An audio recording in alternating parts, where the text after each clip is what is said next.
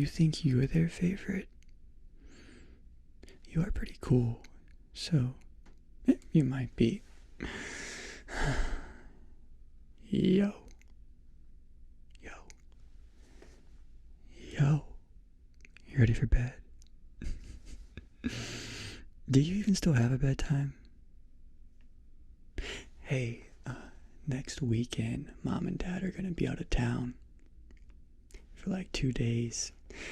We're gonna have the whole place to ourselves. You thinking what I'm thinking? We throw the biggest party anyone around here has ever seen. Just not so big that the cops come. You in? Well, think about it and let me know. I'm going to read you a bedtime story. Yeah, this one's called Jack and the Beanstalk, Chapter 1. You cozy and everything? You tucked in? Alright. Down in the valley was a village. On the outskirts of the village stood a small, run-down cottage. And in the cottage lived a widow with her only son, Jack.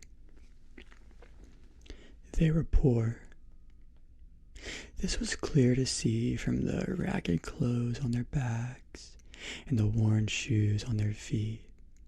But, as the story goes, they did possess one item of real value. A gorgeous caramel-colored cow. Jack woke up early every morning. He milked the cow, poured the milk into a jug, and set off to the dairy. The milk was only worth a few pennies, but Jack didn't mind. He happily accepted the pennies from the dairy farmer, bought a few potatoes from the market, and returned home. Jack did this every day. The milk from the cow was just enough to help Jack and his mother get by. One year, a terribly harsh winter hit the village. Great howling winds blew and the snow lay in huge drifts, never before seen by the villagers. The following spring, the grass did not grow. Without grass, the cow had nothing to eat and soon became too weak to produce milk. "Mother," cried Jack, "I cannot get a single drop of milk from our dear cow this morning."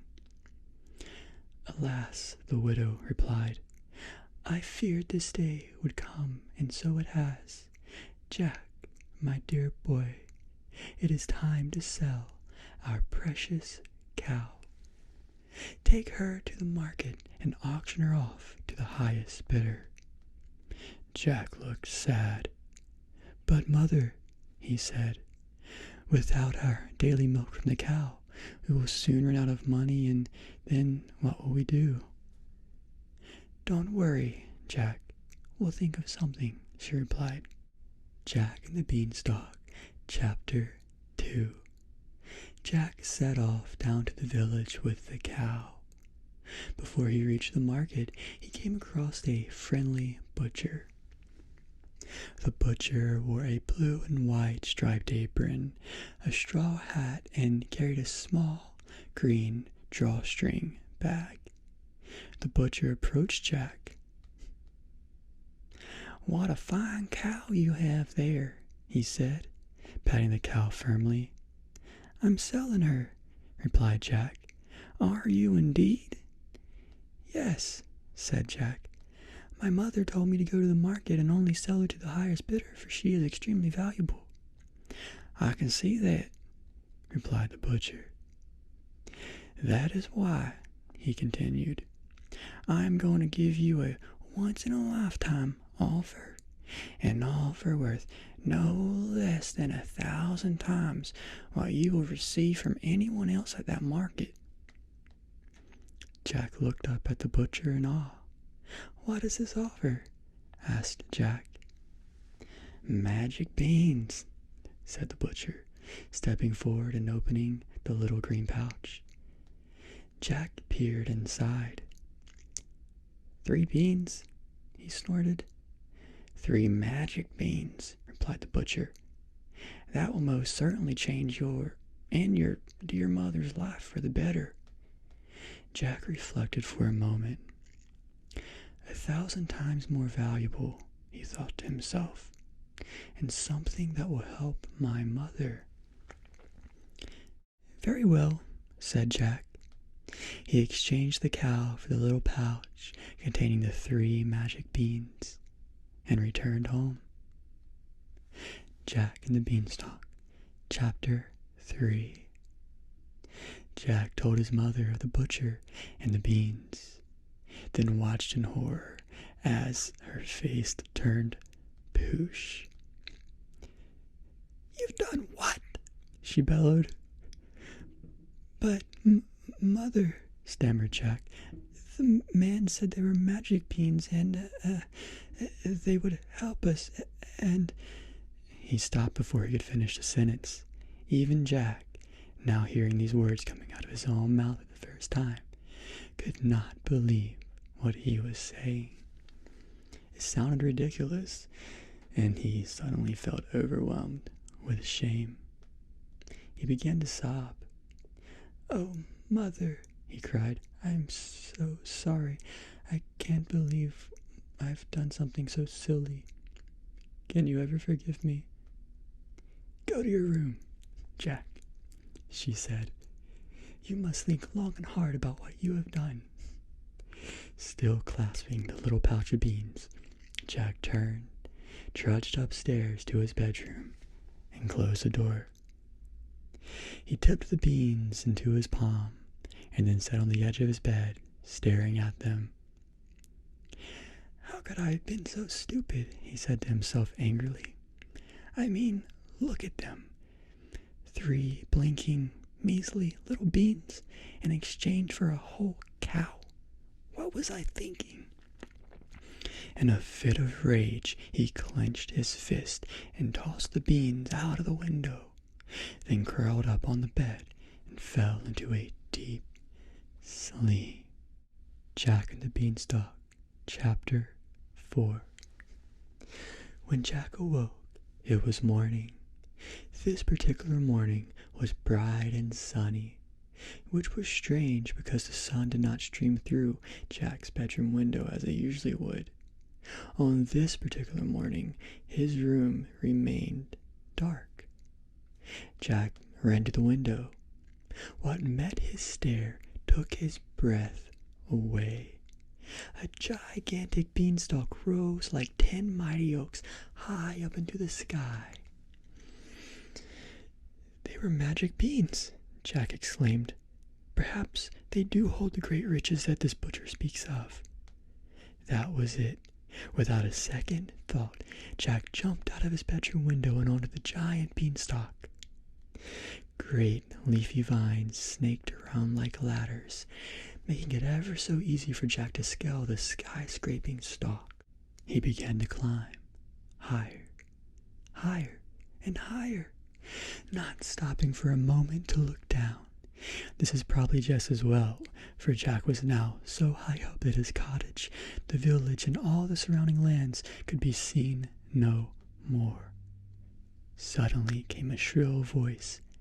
"Jack, is that you?" it said. "Yes," said Jack. A tiny, beautiful fairy appeared and hovered in the air, just a few inches from the tip of Jack's nose. "I've been waiting many years to see you, Jack," said the fairy, "as I have a very important secret to tell you." Jack looked surprised. "Oh," he said. "You see, Jack," continued the fairy, "your father was once a very wealthy man." "My father is dead," said Jack. "Yes," said the fairy, But don't you want to know how he died? Mother said he was sick. Oh, my darling Jack, said the fairy, your mother wanted to protect you. Your father was not sick. He was known across many kingdoms, for he owned the most rare and magnificent of all creatures, a mystical golden hen that laid a golden egg every day. Jack was dumbfounded. So, how did he die? He asked. The fairy, still hovering daintily in front of him, raised her arm and pointed into the distance. See that castle? Well, in that castle lives a giant, and it is this beastly tyrant that ate your father and stole his golden hen. You must avenge him, Jack, and take back what is rightly yours. But before Jack could reply, she vanished. Jack took a moment to gather himself, then set off towards the castle, and before long, the colossal structure towered before him. Jack had never seen a building so big. The steps leading up to the front door were taller than he was. The front door itself was as big as a mighty oak. And astride the door, staring menacingly back at him, stood the statues of two gigantic stone lions. Jack took a deep breath. Then, without further ado, he lay flat on the ground and rolled under the front door. Jack and the Beanstalk, Chapter 5. Jack stood up and dusted himself down. He looked around slowly, trying to take in the enormity of his surroundings. Huge, intricately carved wooden doors lined the hallway in front of him, and a rug the length of a dozen London buses lay upon the cold stone floor. It was quite something to behold. And then, all of a sudden, the ground began to tremor, followed by the sound of almighty footsteps. Thud, thud, thud. Suddenly a door crashed open. The giant appeared, momentarily clenching the golden hen firmly in the palm of his hand. Without stopping, he marched forward and flung open the kitchen door. Jack darted across the hallway and, making sure not to be seen, followed the giant into the kitchen. Yo, where's my dinner? Bellowed the giant. It's coming, dear, said his wife. The giant sat down at the kitchen table and carefully placed the golden hen out in front of him. Jack quickly snuck behind a table leg. Oh, I do wish you wouldn't put that thing on the dinner table, said his wife, laying an enormous bowl of steaming stew in front of the giant. The giant glared at her. That thing is my golden hen, boomed the giant, and she is due to lay her golden egg at any moment. And he stopped. Then, looking around very slowly, the giant raised his nose into the air, sniffed, and then hollered, "Fee, fi, fo, bum, I smell the blood of an Englishman." Don't be silly, dear, said his wife. You haven't eaten a human since the day you stole that wretched hen. Yo, I can smell him, he roared. Eat your dinner, dear, she replied calmly, before it gets cold. The giant ate his stew, and then, without a moment's warning, his head hit the table, and he fell fast asleep. Jack and the Beanstalk, Chapter 6. This is my chance, thought Jack. He quickly shimmied up the table leg, grabbed the tablecloth, and hauled himself up. Then, hardly daring to breathe for fear of waking the giant, he crept forward across the tabletop, carefully placed the golden hen under his arm, and made a beeline for the open window at the end of the table. By Jove, I've done it, he thought. Then, to Jack's horror came an almighty scream from the giant's wife. "Ah! Ah, boy!" she cried. The giant awoke with a start, enraged by what he had heard. "Yo, where?" he roared. "There!" screamed his wife, pointing at Jack, who was now sprinting at top speed towards the window. "And he has your golden hen!" The giant made a lunge for Jack, but it was too late.